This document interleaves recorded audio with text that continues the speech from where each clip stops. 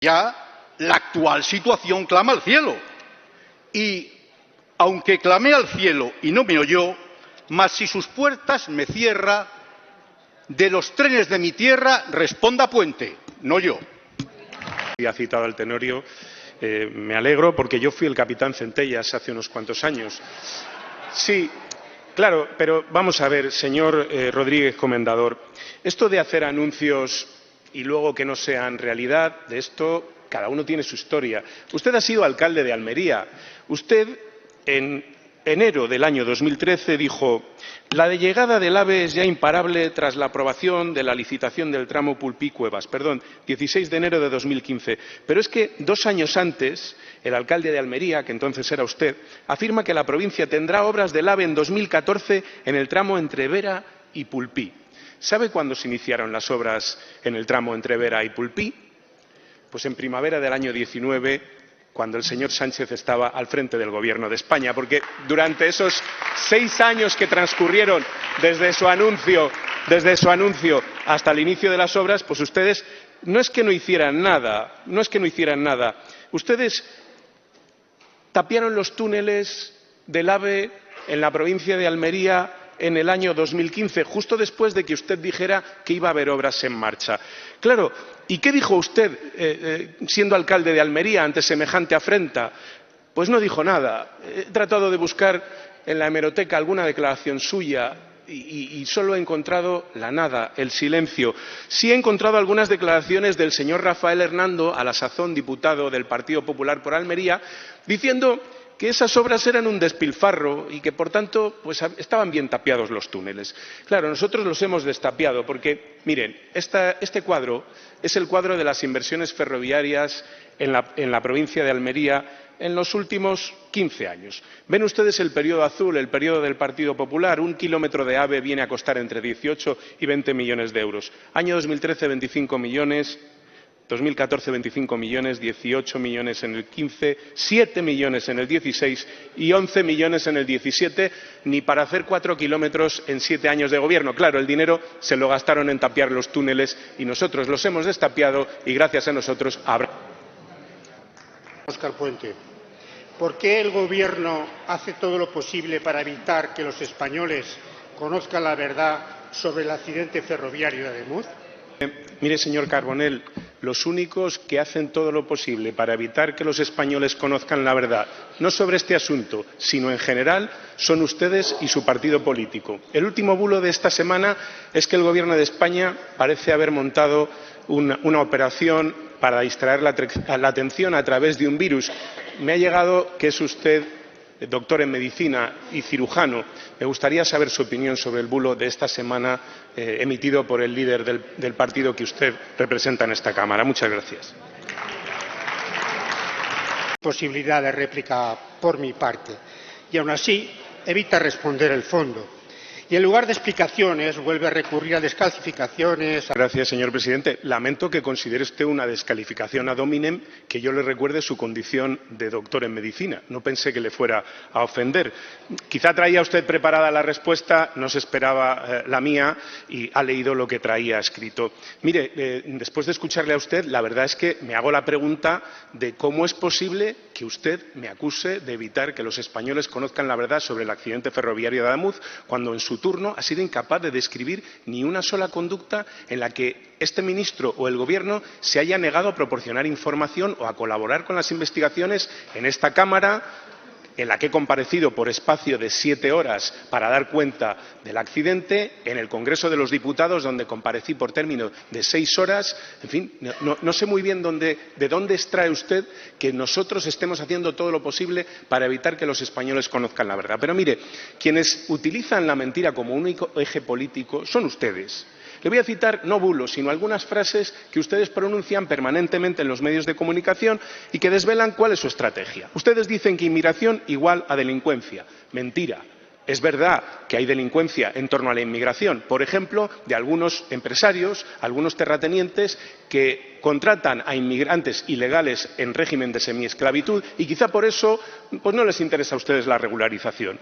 Muchas denuncias por violencia de género son falsas. Mentira, solo el 0,01%. La mayoría de las mujeres asesinadas en España han sido a manos de extranjeros. Mentira, esto lo dijo señora Abascal. El 70% de los imputados en manadas o violaciones son extranjeros. Mentira, la inmensa mayoría son españoles.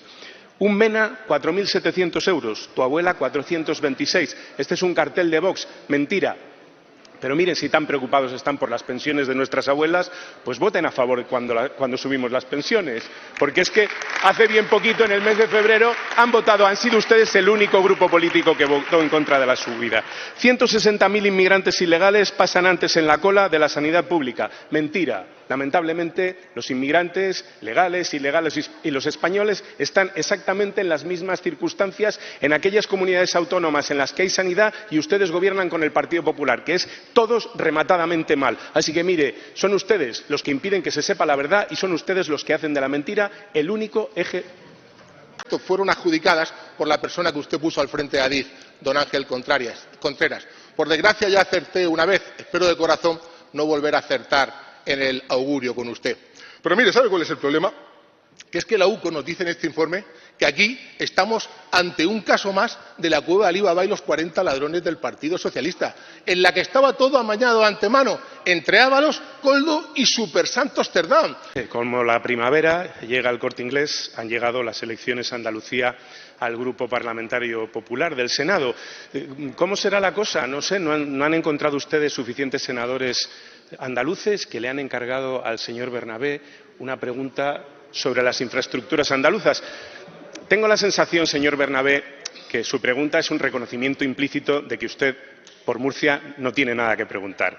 Es evidente que el Ministerio está haciendo un trabajo tan impecable en Murcia que a usted que le gusta tanto preguntarme que se graba vídeos a las 6:30 de la mañana al volante, camino de Madrid, para dirigirme a algún mensaje, no sé si subliminal, pues no ha encontrado usted una pregunta que hacerme en relación con Murcia. Claro, ya sabíamos que era usted un peligro en las instituciones, señor Bernabé, pero ya ahora sabemos que también es un peligro al volante. Es muy de senador del Partido Popular lo de ser un peligro al volante, ¿verdad? Es verdad que es muy propio. Mire, para su tranquilidad, me parece una profunda irresponsabilidad y una cuñadez absoluta decir que el accidente de Adamuz se ha producido porque se desviasen fondos destinados a la seguridad de la obra. Es tremendo. Tremendo, es una irresponsabilidad impropia de alguien que preside nada menos una comisión que se va a encargar de verificar el estado del ferrocarril en nuestro país. En fin, si va usted con esos planteamientos, señoría, yo le recomiendo más programas pues tipo Horizonte, donde seguramente pues esos conocimientos no van a ser cuestionados porque es lo que hay. Ahí es lo que hay, señor Bernabé. En todo caso, para su tranquilidad, le diré que Andalucía, en términos de infraestructuras, está infinitamente mejor que cuando ustedes estaban en el gobierno. Muchas gracias. Las obras, ¿cuánto nos van a costar finalmente? Usted, el ministro tuitero y grosero que nunca se calla, no ha dicho aún ni media palabra sobre este asunto. Qué raro, ¿no? ¿Va a ser hoy por fin valiente y nos va a dar una explicación? Gracias. Sabía, señor Bernabé, que esto iba a ser un monográfico sobre el puente de Sevilla. Quizás si hubiera usted formulado esa pregunta concreta, habría traído datos suficientes para proporcionárselos. Se los ofrezco gustosamente en la próxima ocasión. Usted me preguntaba por mi satisfacción en general con las inversiones en las grandes obras en Andalucía. Y tengo que decirle que, efectivamente, estoy muy satisfecho. Mire, este Gobierno es el que más ha invertido en Andalucía y este ministro el que más en los 2 últimos años de los 13 últimos, incluidos los 5 de Gobierno del señor Mariano Rajoy. Andalucía es hoy la segunda autonomía en inversiones por parte del Ministerio de Transportes. No hay una sola provincia en la que el Ministerio no esté desarrollando obras importantes de conectividad y de mejora de las infraestructuras de Andalucía. Por tanto, tengo que expresarle mi satisfacción. Eso no quiere decir que no haya algunas situaciones o algunas obras, usted describe la del puente del Centenario, con la que no esté satisfecho. Obviamente no puedo estarlo, pero también le digo que yo no soy el encargado de hacer la obra, no soy el que la diseñó y, por supuesto, mi responsabilidad en esto es bastante limitada. Muchas gracias. En relación a las reiteradas previsiones anunciadas sobre la llegada de la alta velocidad a Almería y la culminación del corredor mediterráneo, ¿Mantiene hoy el Gobierno de don Pedro Sánchez el compromiso de que las obras estarán finalizadas en el 2028? Señor ministro, tiene la palabra. Muchas gracias, señor presidente. Señor Rodríguez Comendador, mantengo todos y cada uno de los compromisos en materia de construcción y fechas que he hecho públicamente en relación con la línea de AVE a Almería. La garantía, señor mío, no es el presupuesto. Hay un convenio de Adif suscrito con el Gobierno que contempla una envolvente en la cual están previstas todas las obras pendientes de realizar en el tramo entre Murcia y Almería. Le alegrará saber, me brinda usted la oportunidad, que hoy mismo se ha licitado la estación de mantenimiento del tramo Lorca-Almería de la línea de alta velocidad. Un anuncio que no podría hacer en época electoral, de no ser porque ustedes me traen hoy al Senado a dar este tipo de explicaciones. Muchas gracias. Señor ministro, ¿considera usted que la interferencia verbal directa y la presión en privado son límites que un ministro de Justicia no debe sobrepasar? Confirmar plenamente la realidad de los hechos de mi demanda judicial, que ratifico palabra por palabra. Y me permite también decirle que no sé qué resulta más patético. Si una persona que llama reiteradamente a otra y nunca se le pone al teléfono y dice que tiene un registro de llamadas y tiene contactos telefónicos, si resulta más patético un partido como el suyo, que siempre está intentando cabalgar a lomos del bulo y del último embustero que pase por ahí, o si me resulta más patético quien publica y difunde una información claramente falsa, que intenta confundir, que intenta dar la vuelta a la realidad y que, por supuesto, lo que intenta es desinformar. En todo caso, señoría, cada oveja con su pareja. El Partido Popular con sus referentes, el señor Vito Quiles y el señor Aldama, y el Gobierno con los suyos, con el director general de la Organización Mundial de la Salud, con el presidente de la Comisión Europea, la presidenta, para trabajar en un dispositivo que ha sido elogiado por todo el mundo por su profesionalidad y por su rigor. Gracias. Presidenta del Consejo General del Poder Judicial y le valieron calificativos como machista, insoportable o intolerable. A mí me parece que eso es despotismo blando. Pero mire, hablemos del fiscal general del Estado. Donde usted solamente encontraba ruidos, el Tribunal Supremo encontró delitos. Qué curioso. Es verdad que siempre nos quedará el indulto. Decía Marco Aurelio aquello de si no conviene no lo hagas, si es mentira no lo digas. Pero sobre todo volvamos a Maquiavelo. ¿Recuerda? No, perdón, a Montesquieu. Volvamos a Montesquieu. Aquello de la ley debe ser como la muerte, que a nadie exceptúa. Mire, señor ministro, la gente es muy mala, tiene muy mala idea. Dice que el señor ministro está triste porque ya no es vicepresidente. Sus compañeros son peores, lo dicen más que la gente por ahí. Mire, yo no estoy de acuerdo. Usted no está triste, señor ministro. Usted está acabado. Porque el problema es que cuando uno rebasa los límites del servilismo, el siervo deja de ser confiable incluso para el amo. Gracias. Usted al Papa. Efectivamente, el Papa apoya la regularización de migrantes en nuestro país y el derecho internacional y los derechos humanos que defiende este Gobierno. Tiene usted razón, faltaba el Papa. Por eso también yo a usted le tengo aprecio, porque me lo pone votando. Y claro, por supuesto que lo aprovecho al Papa y a todas las instituciones internacionales que han elogiado al Gobierno con el operativo que hemos hecho en el barco que estaba en la isla de Tenerife. Mire, hace usted en su intervención, adornada por algunas citas, alguna quizá excesivamente pedante, pero en todo caso agradecida para el oído, pues hace usted una mezcolanza de asuntos que, en fin, pues, ¿qué quiere que le diga? Vamos a intentar digerirlos. Pone usted en mi boca palabras que no he pronunciado. Dice que yo no tengo derecho a opinar, pero oiga, me está usted vulnerando mis derechos fundamentales aquí, en la casa de la representación territorial que supone el Senado. Por supuesto que el ministro de Justicia tiene derecho a opinar y a emitir su opinión, y lo dice el Consejo General del Poder Judicial, el Tribunal Supremo, el Tribunal Constitucional, en fin, todos los órganos que tienen que opinar sobre esto, como es lógico en una democracia. Aunque a usted no le guste mi opinión, pues ya lo lamento. Y luego también hace usted algunas conjeturas, algunas insinuaciones de mis comunicaciones con la presidenta del Consejo General del Poder Judicial, que ya le digo, muchas, docenas de comunicaciones, pero es que ella es la presidenta del Consejo General del Poder Judicial y yo el ministro de Justicia, y por supuesto que tenemos relación institucional. Pero mire, su pregunta que iba de límites, yo le hago otra pregunta y seguro que me la responderá con algún ripio en la próxima sesión de control. Oiga, hablando de límites, ¿respeta el Partido Popular los derechos humanos? en los pactos que hace con Vox. Es que Amnistía Internacional dice que no. Gracias. Exactamente, porque Jaén sigue abandonada ferroviariamente, mientras que el Gobierno acumula anuncios y promesas. Señoría, yo comparto el diagnóstico que usted hace sobre el abandono de Jaén en materia de infraestructuras de transportes y de comunicación. Y efectivamente usted relata una visita mía el año pasado. Se le olvidó decir que en esa visita cerramos un acuerdo importante con el Ayuntamiento de Jaén para hacer la integración del ferrocarril en esa ciudad. Lo que no puedo admitir de ninguna manera es que usted responsabilice a este Gobierno de esa situación. Mire, hay una cosa que yo no voy a hacer, porque usted dice que Jaén es la gran olvidada, y es verdad que a ese olvido también se le suman los olvidos que hace el Partido Popular de lo que han sido sus propios anuncios. Ustedes en el año 2002 colocaron la primera piedra del AVE a Jaén, año 2002. Por cierto, hicieron lo mismo en Huelva, ¿no? Jaén y Huelva no tienen AVE, como todo el mundo sabe. El AVE entra en Jaén y ya no hay marcha atrás. Estas eran las declaraciones del ministro del ramo de entonces del Partido Popular en Jaén.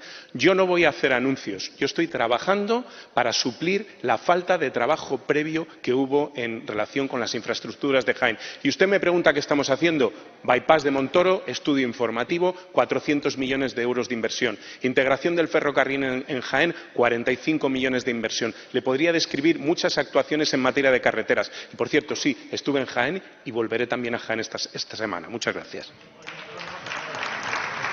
Por eso, señor ministro, esto no va de anuncios, va de hechos. Y después de este abandono, lo que este Gobierno está pidiendo a los jiennenses no es paciencia, es resignación ante el aislamiento. Vamos a ver, entelequias ninguna.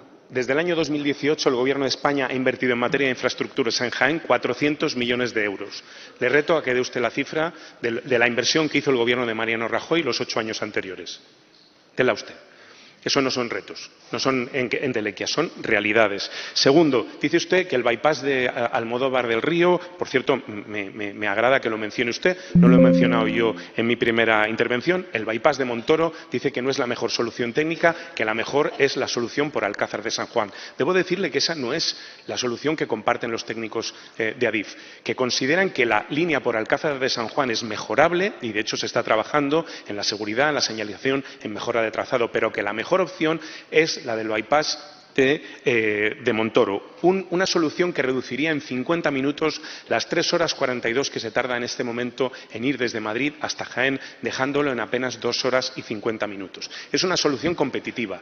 Ya me gustaría, de verdad, haberme topado con otra situación, pero la realidad es que lo primero es hacer el estudio informativo. Cuando tengamos el estudio informativo podremos licitar el proyecto y entonces podremos licitar la obra. Ya sé que ustedes son capaces de poner una primera piedra del AVE en el año 2002 sin tener ni estudio de viabilidad, ni estudio informativo, ni proyecto. Eso es magia, eso lo hace cualquiera. Lo hicieron ustedes en Huelva. El señor Álvarez Cascos colocó la primera traviesa del AVE Sevilla-Huelva. Pues bien, ahora nosotros estamos redactando los proyectos. Esas son las realidades y, desde luego, esa no es la propuesta.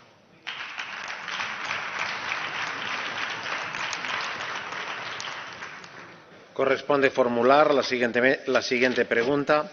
Igualmente. Ministra, ¿por qué desde la sala del Consejo de Ministros usted últimamente califica los pactos que firma el Partido Popular y Vox de peligrosos y, sin embargo, los pactos que suscribe el Partido Socialista con otras fuerzas políticas de progresistas? Vamos a hacer un ejercicio muy sencillo esta tarde de contraponer los pactos del Partido Popular y Vox y los pactos del Gobierno.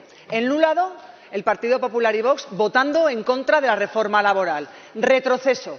En el otro, quienes apoyamos la reforma laboral que hoy podemos y permite que celebremos más de 22 millones de trabajadores en este país, récord histórico de mujeres, récord histórico de la bajada temporalidad que sobre todo beneficia a los jóvenes. Progreso. Vamos a poner otro ejemplo. Ustedes, el Partido Popular y Vox, votan en contra del Pacto Verde, negando el cambio climático. Retroceso. Enfrente, miles de ayudas para la transición ecológica, para, desde luego, hacer que estemos mejor preparados para afrontar, por ejemplo, la guerra de Irán, que es progreso. Pero vamos con un tercer ejemplo. PP y Vox votan en contra de la regularización extraordinaria que da dignidad y derechos y obligaciones a personas que ya viven en nuestro país. Enfrente, el Gobierno que pone encima de la mesa un importantísimo proceso que nos convierte en un país plural, abierto, diverso y ejemplo en el mundo.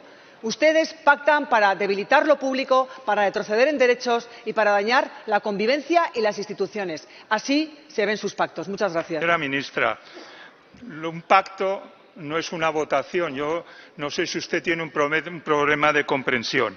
En cualquier caso, sí que quiero decirle algo. Apoyo a Sánchez y de vez en cuando Rufián nos monta un numerito en el Congreso con un billete de 50 euros y lo hace alguien que gana 135.000. ¿De progresista esos pactos que han suscrito ustedes con el mundo, pero el mundo el lado equivocado, las dictaduras, especialmente Venezuela?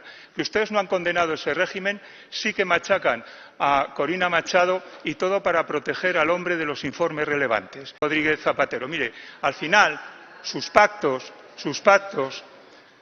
se circunscriben sencillamente a que Sánchez siga un día más en el poder. Mire, señor Suárez, yo que creo y defiendo firmemente la buena política, ¿sabe lo que no comprendo? No comprendo cómo el Partido Popular ha dejado de ser un partido de Estado, se ha entregado a Vox y se ha convertido en un partido antisistema y anti-España. Eso es lo único que no comprendo, señor Suárez. Mire, cualquiera con cierta memoria sabe en este país que el Partido Popular siempre ha llegado tarde y mal a los avances en derechos y libertades que hemos consensuado entre todos y entre todas. Llegaron tarde a la ley del divorcio y el matrimonio igualitario, llegaron tarde a la ley del aborto y la eutanasia, llegaron tarde al no a la guerra en Irak y han vuelto a llegar tarde al no a la guerra ahora, señorías del Partido Popular. Además de poner piedras en el camino ante todo lo que supone progreso, como por ejemplo los fondos europeos, que han supuesto una importantísima transformación de nuestro país. Mal que les pese, todos los avances sociales, señorías del Partido Popular, llevan un sello progresista. Y miren, nosotros somos los del milagro económico con la prosperidad compartida. Ustedes son los del milagro económico solamente para sus amigos. Yo solo entiendo una forma de entender la prioridad nacional. La prioridad nacional se llama paz, servicios públicos e igualdad. Su siniestra prioridad nacional, señorías del Partido Popular, es un salto al pasado, es xenofobia, es inhumano pretender dejar sin asistencia sanitaria a niños y niñas simplemente porque sus padres han nacido de fuera. Si quieren un consejo, escuchen menos a Abascal y más a la OMS, a Naciones Unidas, al Papa. No lo hagan por el Gobierno, hágalo por el bien de España. Gracias por este planteamiento. Desde luego, hubiera podido saberlo mejor si este tema lo hubiera llevado al Congreso y hubiéramos podido posicionarnos con una medida que se tenía que haber trabajado allí. Porque después de tener la medida 2 años guardada en el cajón, ustedes lo han puesto en marcha este proceso de un día para otro, sabiendo que de una manera precipitada y como suelen hacer las cosas por un interés partidista y estratégico más que por ninguna otra razón. Gracias, presidente. Señora Caballero, ha tenido usted la mala suerte de hacer esta pregunta justo en esta semana. Acabo de volver de Naciones Unidas y he tenido el honor de intervenir en la Asamblea General de Naciones Unidas para hablar precisamente de la política migratoria del Gobierno de España. Como usted comprenderá, en ese foro mundial había gobiernos de todo el mundo, había diferentes organizaciones internacionales. Y ha habido una coincidencia unánime, y es aplaudir la política migratoria del Gobierno de España y, en concreto, el procedimiento de regularización extraordinaria. Pero, por si no se ha enterado, señora Caballero, también dentro de nuestras fronteras el procedimiento tiene esa triple legitimidad política, social y económica. ¿Y dónde está UPN en este procedimiento, señora Caballero? ¿Está al lado del Papa, de la Iglesia Católica, que reconoce la importancia de dar dignidad a estas personas? No. ¿Está UPN al lado de los sindicatos, que reconocen la importancia de que no se produzca discriminación y explotación laboral a estas personas? No. ¿Está UPN al lado de la patronal navarra, que proactivamente participa en este procedimiento? Tampoco. ¿Está al lado de la sociedad navarra, que va a verse beneficiada de este importante procedimiento? Tampoco, señoría de UPN. Mire, yo creo que es importante y le voy a decir dónde se encuentra UPN. UPN se encuentra al lado del Partido Popular y de Vox. Cuando votan en contra de la regularización extraordinaria, como proponen las derechas, o cuando se ponen de perfil para eliminar, como propone Vox, el arraigo, esa figura fundamental gracias a la cual más de 750.000 personas han obtenido la documentación y pueden trabajar en nuestro país. Señoría, Está usted bastante equivocada. De asombrarnos con ustedes. Lo que vemos, desde luego, que lo que ustedes hicieron con este proceso es, los primeros días, caos generalizado, falta de información, colas interminables. Fortalece cuando garantizamos que todos nuestros vecinos tengan la seguridad jurídica para construir un proyecto de vida digno. Frente a la cortedad de miras que usted ha demostrado con su exposición, quiero poner aquí en valor la acción del Gobierno de Navarra, liderado por su presidenta María Chivite, que ha visto claramente una oportunidad social y económica de prosperidad en este procedimiento de regularización extraordinaria para la comunidad foral. Me sorprende, señora Caballero, que tenga usted la desfachatez de mantener esta pregunta cuando sabe que la semana pasada también tuve una reunión larga y de éxito en la comunidad foral sobre este proceso. Me reuní con la presidenta Chivite, con la vicepresidenta Begoña Alfaro, con la delegada del Gobierno, también con la CEN, la patronal, con los sindicatos y también con las demás de 13 entidades colaboradoras en materia de extranjería, y el agradecimiento fue unánime. Unánime, señora Caballero. Mire, señores de UPN, están a tiempo de colocarse por fin al lado del pueblo navarro. Por favor, rectifiquen por el bien de la sociedad navarra. Muchas gracias. Por exigir garantías para Canarias, nuestro presidente ha sido tildado de miserable, oportunista, inhumano, ruin, insolidario, rata inmunda. Le llamaron las juventudes socialistas alentadas por su gobierno, solo por ejercer nuestro derecho democrático. ¿Sabía su ministerio que había pasajeros, al menos uno contagiado? Porque sería grave que no lo supiera, pero aún peor, que lo hubiesen ocultado. Lo que hemos hecho desde el primer momento es seguir todos los protocolos y criterios epidemiológicos que pudieran asegurar no solamente la salud de las personas que iban en el buque, sino también la salud poblacional, la salud global. Usted me pregunta que por qué no hicimos PCR. ¿Se hicieron PCRs en Cabo Verde? Sí. La PCR en el antivirus no es una PCR convencional, como usted comprenderá. Aquí en España solamente se hace en el Centro Nacional de Microbiología de Majadahonda. Cada uno de los países siguió estrictamente los protocolos. Hicieron PCR según indicó los médicos que entraron a bordo del ECDC, del Organismo Europeo de Control de las Enfermedades, y de la Organización Mundial de la Salud, aquellos pasajeros que eran sintomáticos cuando estaban en Cabo Verde. Todos esos pasajeros se bajaron del buque en Cabo Verde y luego, bajo una petición que nos hizo la Organización Mundial de la Salud, para llegar al puerto seguro más cercano, se habilitó el puerto de Granadilla, como usted bien sabe, para poder hacer un operativo que ha sido un operativo sin precedentes, un operativo logístico, no solamente sanitario, sino también logístico y de protección civil.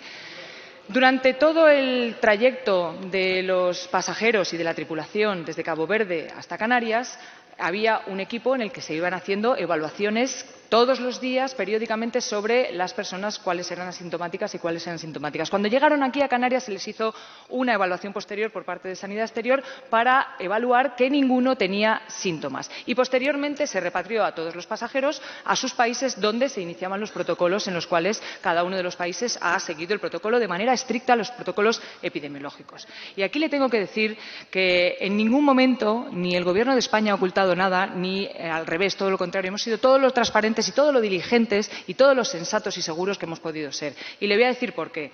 Porque a lo largo de todo el mecanismo ha habido una vigilancia epidemiológica estrecha, no solamente de los pasajeros, no solamente de la tripulación, sino también de algunos pasajeros que se bajaron en Cabo Verde y que tuvieron contacto con una mujer que luego falleció de antivirus. Con esto, ¿qué le quiero decir? Hay una vigilancia estrecha. España ha estado a la altura. Hemos estado en la mirada de medio mundo para ver cómo lo podíamos hacer.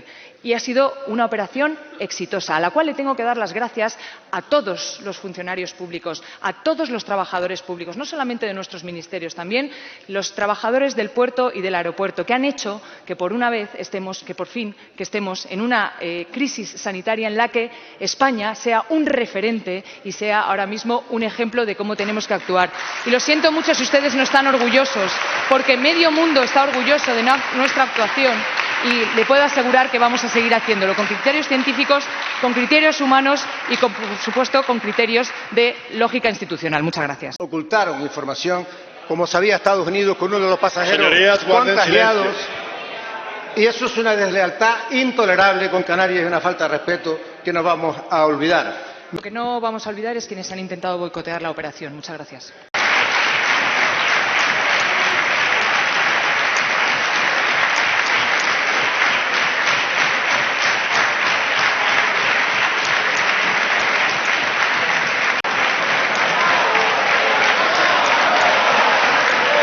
Señorías, guarden silencio.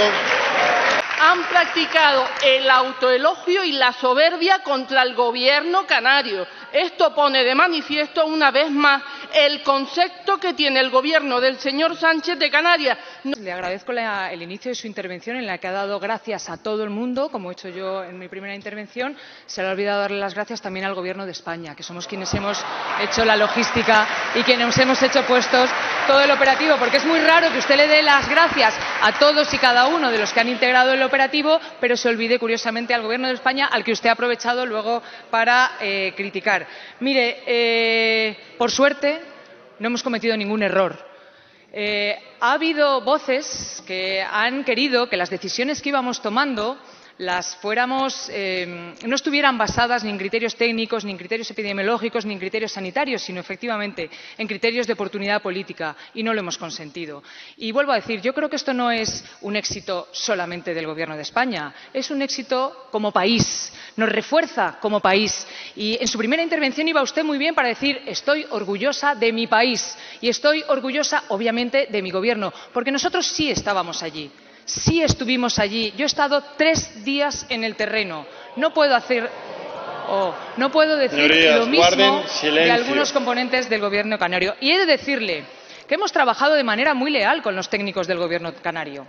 Hemos trabajado de manera muy leal y muy coordinada con los técnicos del Gobierno canario, claro que sí, con la Dirección General de Salud Pública, con todos aquellos con los que hemos tomado todas las decisiones. Y de todas las decisiones ha sido informado puntualmente todos y cada uno, no solamente de los técnicos, sino también de los políticos de Canarias, porque tenemos respeto institucional a todos los gobiernos.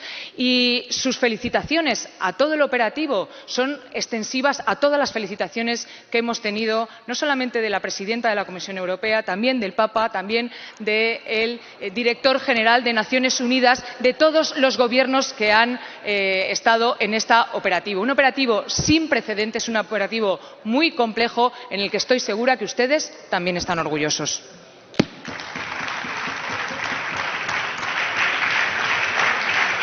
Han fracturado la lealtad institucional con el Gobierno de Canarias. Su Gobierno impuso una decisión ya tomada y esto en democracia es una trampa. Señora Viera, no me he olvidado de nadie. A las Fuerzas Armadas las he dicho cuando he dicho mis agradecimientos, por supuesto, y la ministra, y al ministro Grande Marlaska, y al ministro Ángel Víctor Torres, a todos los ministros y a todo el Gobierno de España. Claro que sí, todas las gracias a todos. Y mire, es que parece que les molesta que haya ido bien.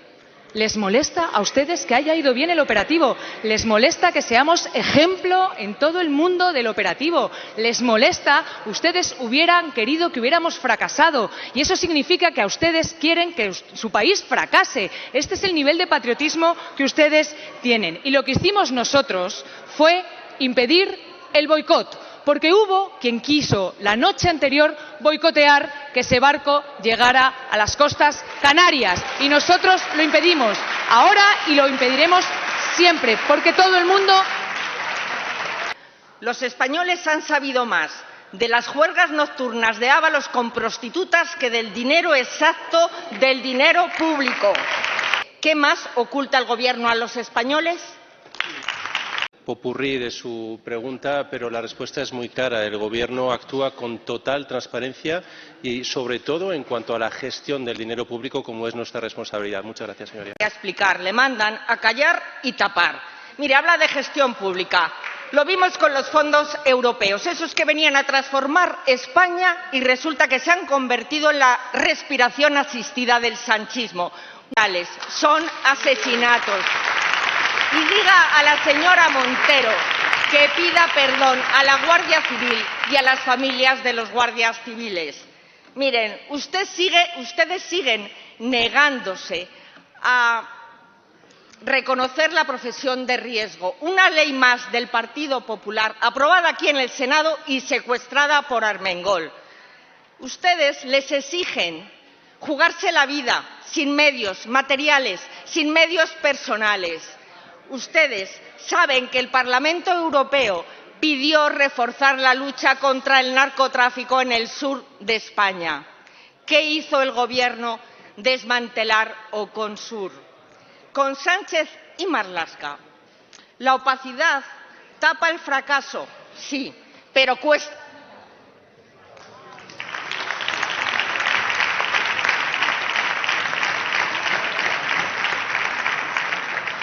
Señor vicepresidente primero, tiene la palabra.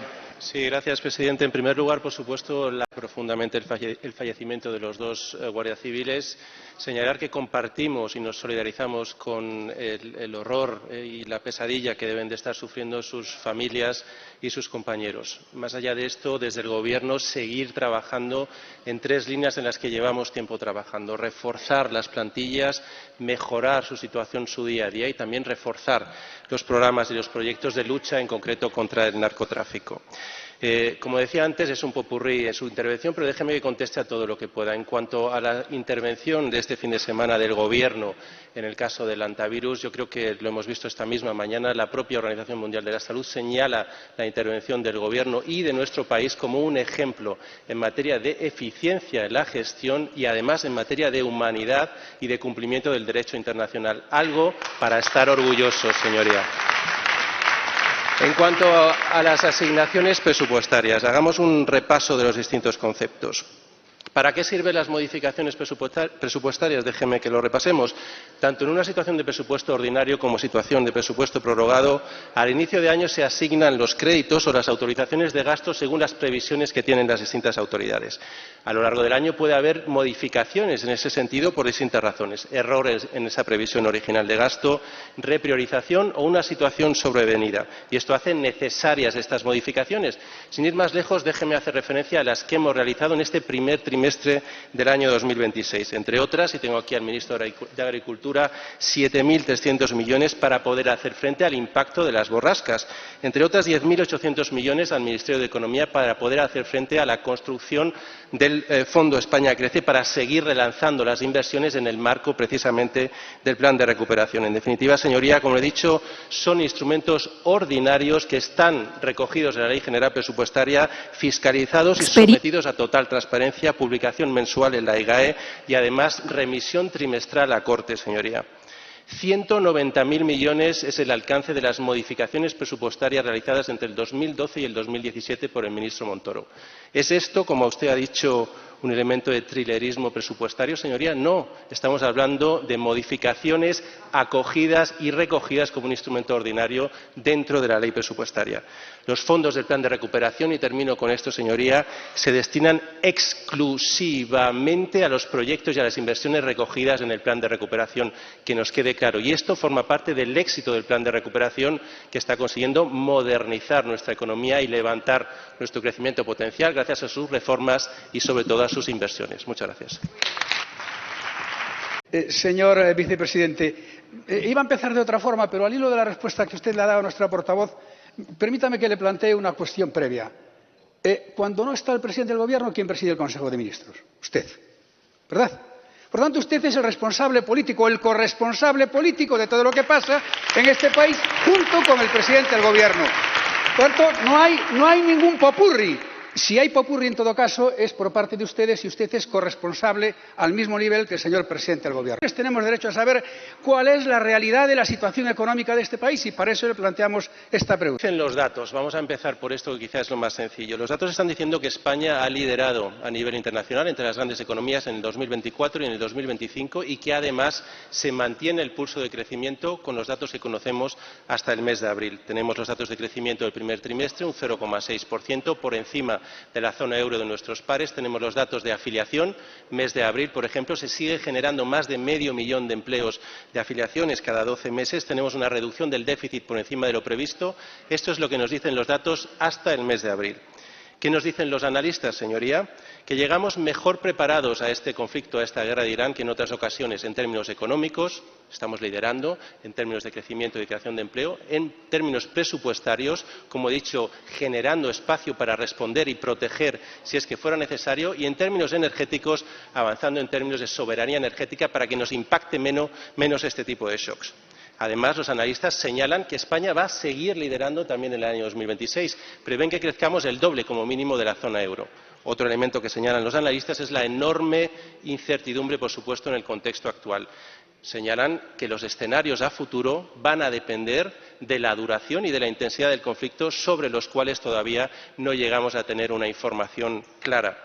Además, estamos ya sufriendo el impacto del conflicto esencialmente a través de dos canales: los precios de los combustibles y los precios de los fertilizantes, que acabarán impactando también, como ya sucedió en el caso de la guerra de Ucrania, sobre los precios de los alimentos. ¿Qué ha hecho el Gobierno en este caso? Afectar a estos dos canales para minimizar su impacto con las medidas, con los 5.000 millones que pusimos sobre la mesa y que ya están reduciendo el impacto de la guerra. Más de un punto de inflación se ha conseguido aminorar, se ha conseguido reducir en el mes de abril gracias a las medidas que hemos puesto en marcha, señoría. Más allá de esto, reducción de los precios de la electricidad, 20 euros por depósito de carburante que hemos ahorrado a los españoles. Por lo tanto, medidas eficaces que siguen haciendo de España en este contexto líder, pero hay que reconocer este contexto de incertidumbre que estamos viviendo y que, por lo tanto, señala que hacia adelante lo que tendremos que hacer es, probablemente en las próximas semanas, como ya hemos señalado, revisar, una vez que se reduzca esta incertidumbre, nuestro escenario macroeconómico. Veremos hasta qué punto y en qué cuantía, pero por ahora mantenemos nuestras previsiones de crecimiento, un 2,2, que están en línea con el consenso, y hemos aumentado ligeramente, en función de los datos observados, la evolución de los precios. Gracias, señoría.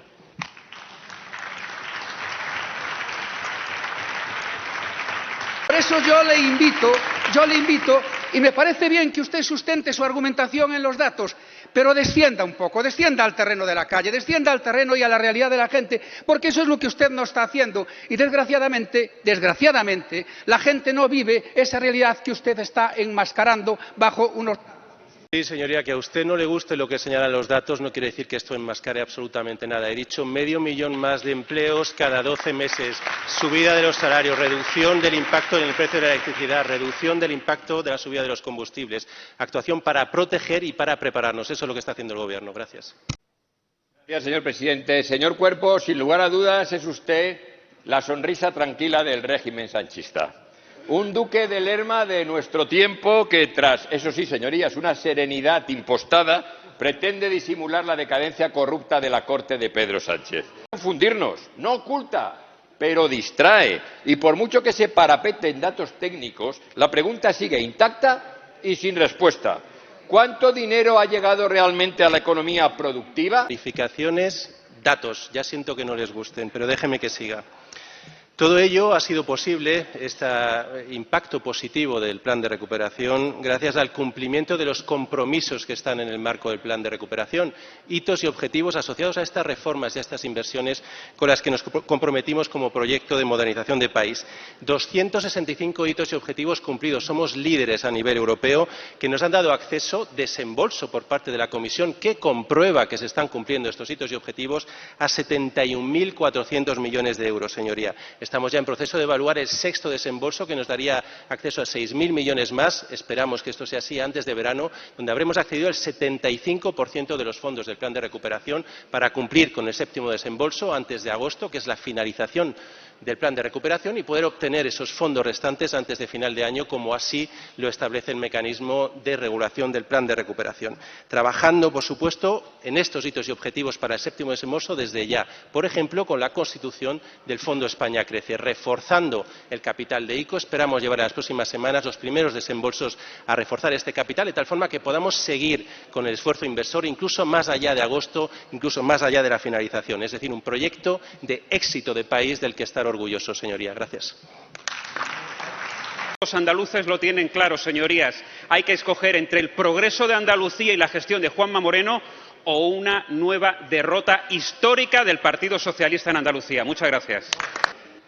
Sí, muchas gracias, señor presidente. Señor Azpitarte, efectivamente, empiezo por el final. ¿Por qué rechazan ustedes 5.700 millones de euros para Andalucía si tanta necesidad dicen que tienen de financiación? ¿Cómo pueden ustedes hacer eso? ¿Cómo pueden hacerlo? Usted simple y llanamente no quiere resolver el problema de Rules, ni quiere solucionar este tema. Lo que quiere es ocultar lo que está haciendo el Gobierno de España en favor de Andalucía y en favor del regadío. Y le diré más, los 2.500 millones de euros, de lo cual una parte muy significativa ha ido a Andalucía en materia de modernización de regadíos, es sin duda la inversión que apoya al sector del regadío de forma más importante que se ha llevado a cabo en España. Hemos multiplicado por 4 el ritmo de inversión en regadío que existía en el periodo en que ustedes gobernaban.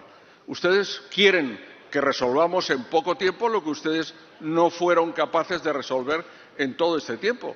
Pero vamos a continuar trabajando. Y los casi 9.000 millones, de los cuales 3.700 millones han ido a Andalucía, de apoyos extraordinarios al sector primario, son una buena muestra de ello. Lo que quieran hacer los andaluces lo decidirán libremente el próximo domingo, pero sin duda tendrán en cuenta la dejación y el desgaste de todos los servicios públicos que dejamos en muy buena